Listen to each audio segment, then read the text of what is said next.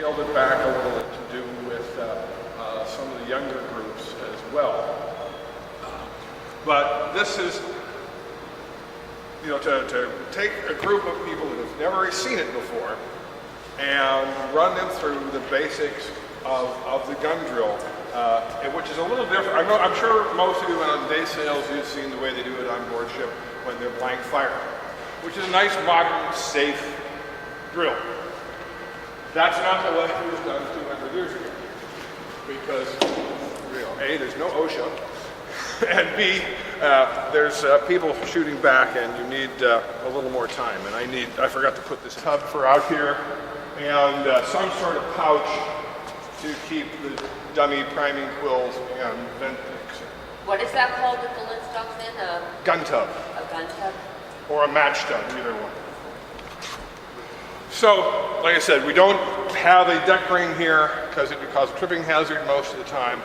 So if you're going to do this, you have to rig the one line here to be able to hook the train tackle in to run the gun in.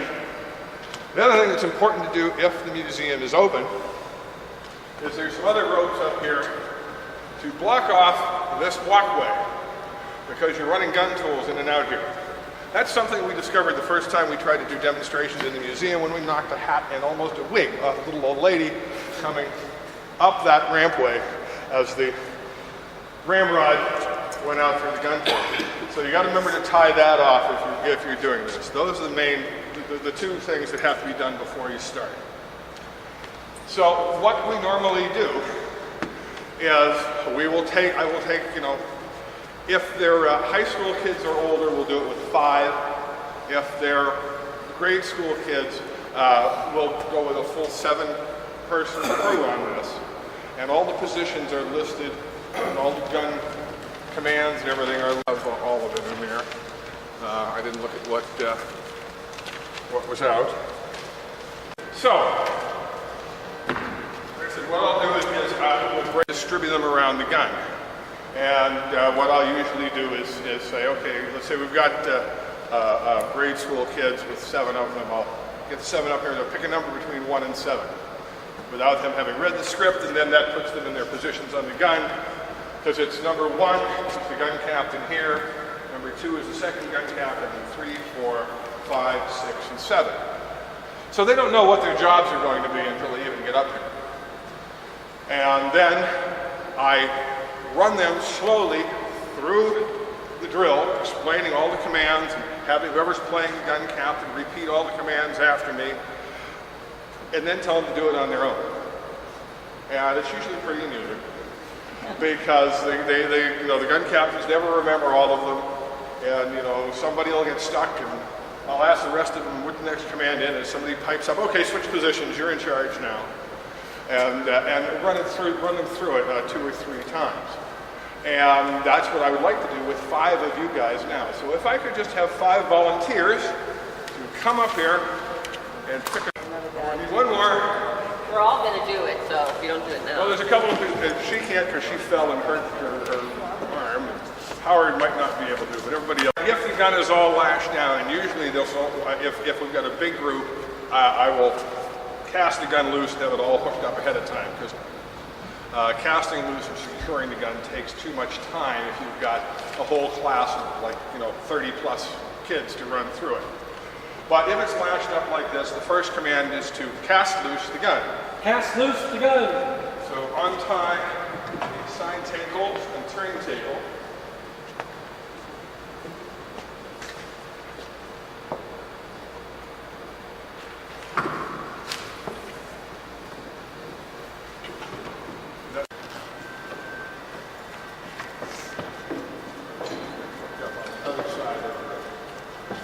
Pass that under the breech rope. The gun captain will hook it to the train table. No, that doesn't go in. That gets the train table. The rest of this line is flaked out on this side. And those just get flaked out beside the gun, where they'll run easily through the blocks. And you're supposed to be right up here once you run. So the next command to be given would be to run in the gun. Run in the gun. On running the gun, you two come back here and grab the train table. That would normally not be on there. You know, we leave that on. Just that's you stay up here, and you've just stepped off the deck. You got to be up here going this way, because if you're on board ship, there's likely a hatch there, and you need to close right up to him, because there's another gun crew over here that's going to be doing the same thing, and then you two will push on the gun as they haul on the breech rope on the train table, and you give the command to haul. Haul. One more. Haul. And well, you can drop that down and go back to where you were. So now the gun is run in to the loading position. And actually, these tools should have gone down.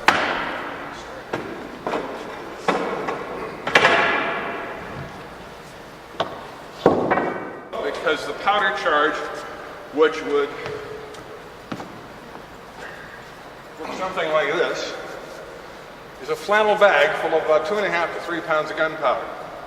A gun that's fired is going to be burning embers behind it. If it hasn't been cleaned properly, so there's going to be, after it was fired, there'll be debris in there, even if it has been a while since it's fired, it's extinguished, it can foul the vent. So the first command is to search the piece. You are going to get down on one knee and pass tools up to him, pass the butt through the gun port like that, and have the sponge ready to go next. So on search the piece, that brass vent, the worm goes down to pull any debris out, and Andrew, takes the vent pick out of the front of it there. One of those pulls out through the top. Yeah. Take one of those out, and he runs that down to clear the vent. He just clears the vent and sticks it back in the hole. Actually, you only need one of those. You only need the one. Two of them just flying around. Then the command is given to stop the vent and sponge. Stop the vent. Sponge. You, again, take your right thumb and seal the vent. And the sponge goes down, and you would be helping with the tools, because of course that sponge fits really tightly in the muzzle of a real gun. That would extinguish any sparks. I think you mentioned as well, this is a process after fire. After fire, and it will be done to start anyway, just to be safe, to make sure there's no debris in there that you can ram up into the vent and foul the vent. So you're clearing the gun of any garbage, any garbage, any sparks, any other debris. Now the next command, yes. Is there water up there or something? Yeah, there would be a bucket about here that would be full of water, and about every third time you sponged it out, you would dip the sponge in there and spin the excess off. You don't want too much water in the gun, because it'll again dampen the cartridge and it'll increase your misfire. So the next command is to advance cartridge. Advance cartridge. You take your thumb off now. You would go get a cartridge out of the ready box. Yeah. Actually, you should do this on the other side as well. Well, you go through the motions, but you can't pull it down the muzzle, because then you have to fish it out. And you take that up to him, and load with cartridge. That's mine. We'll let that go with voicemail. And then the next command is load with cartridge. Load the cartridge. And ram down. And after you hand that to him, your thumb goes back on the vent. The reason the thumb goes on the vent before that cartridge goes in is if you had missed a single spark in there, as the rush of air goes out through the vent, you can fan it to life and increase the likelihood of the gun going off while you're loading. So the cartridge gets rammed home. 3 good hard tamps. And now, try your cartridge. Try your cartridge. Take that brass wire again. Slide it gently down the vent to feel for the cartridge. Because if you can't feel the cartridge under the vent, you won't be able to fire the gun. And you yell out, home, home, home, home. And put that back. Now you give the command to shot the gun. Shot the gun. The shot would be on your side of the gun. You would turn around, pick up one of those 32-pound shot out of the shot rack, which would look like this, place that in the muzzle, and that would be rammed home on the top of the cartridge.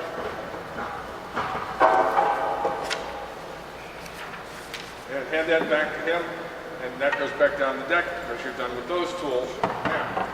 Now the gun is loaded, but it has to be put out, get out to the firing position. So it's run out the gun. Run out the gun. On both sides, you take up on the side table. And under the gun captain's command. All. Until it's all the way out. And well. They drop the line. Now you give the command to pick and prime. Pick and prime. Brass wire comes out one more time. Pouch on your side, there are some dummy vent quills. Take one of those, stick it in the vent, push it all the way down in, because it'll just fall out the bottom when you're done. And with the powder horn on your other hip, or a small amount of carbon powder around, all the way down like that. And next time around, you'll drive it through the vent quill, and it'll fall out the little rain drain hole in the bottom of these, because these are from the old ship. While he's doing that, you open up the train table and lay it behind you. Just lay it right there. And the only reason you would do that is if you were actually firing the gun. You wouldn't want this to jump back onto the table. While the priming is going on, and while he's unhooking the train table, you would pick up the slow match. Keeping it well away from the gun until they get the order to. You would knock any ash that built up on the end of it off of that, and be blowing on the end of it, getting that going nice red hot until you get the command to make ready.